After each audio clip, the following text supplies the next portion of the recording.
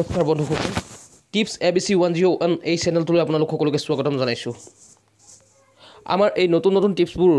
পাবৰ বাবে আপোনালোকে আমাৰ চেনেলটো সাবস্ক্ৰাইব কৰি ৰাখিব দেৱাদিদেৱ মহাদেৱ শিৱ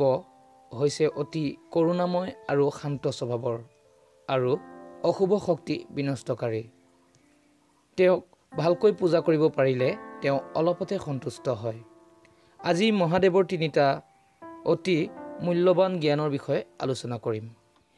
তেওঁৰ এই জ্ঞানবোৰ আমাৰ বাবে অতি মূল্যৱান তেওঁৰ প্ৰথমটো জ্ঞান হৈছে যেনেকৈ পৰিস্থিতি নহওক কিয় কেতিয়াও বেয়া বা অসতক প্ৰশ্ৰয় দিব নালাগে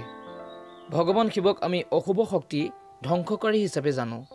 তেওঁ কেতিয়াও অন্যায়ক প্ৰশ্ৰয় নিদিয়ে তেওঁ অশুভ শক্তি ধ্বংস কৰে আৰু অন্যায় কেতিয়াও সহ্য নকৰে গতিকে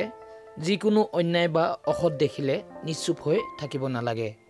তাৰ বিৰুদ্ধে প্ৰতিবাদ কৰিব লাগে আৰু অন্যায় অনীতিক কেতিয়াও প্ৰশ্ৰয় দিয়া উচিত নহয় ২ নম্বৰ উপদেশটো হৈছে নিজকে শান্ত ৰাখা আৰু আগুৱাই যোৱা ভগৱান শিৱক মহাযোগী হিচাপে জনা যায় কাৰণ তেওঁ বছৰ ধৰি বছৰ আৰু যুগৰ পৰা যুগ ধৰি তেওঁ ধ্যানত আছিল বিশ্ব ব্ৰহ্মাণ্ডৰ মংগলৰ বাবে বিশেষ কিছুমান কাৰণত তেওঁ ধ্যান ভংগ হৈছিল কাৰণ সেই সময়ত তেওঁৰ সৃষ্টি ৰক্ষা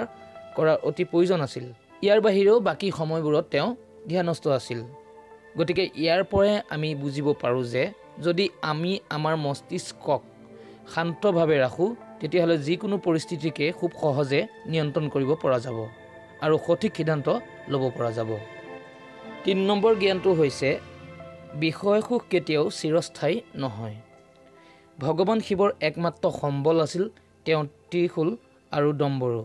তেওঁ সকলো সময়তে বিষয়ভোগৰ পৰা নিজকে সদায় দূৰত ৰাখিছিল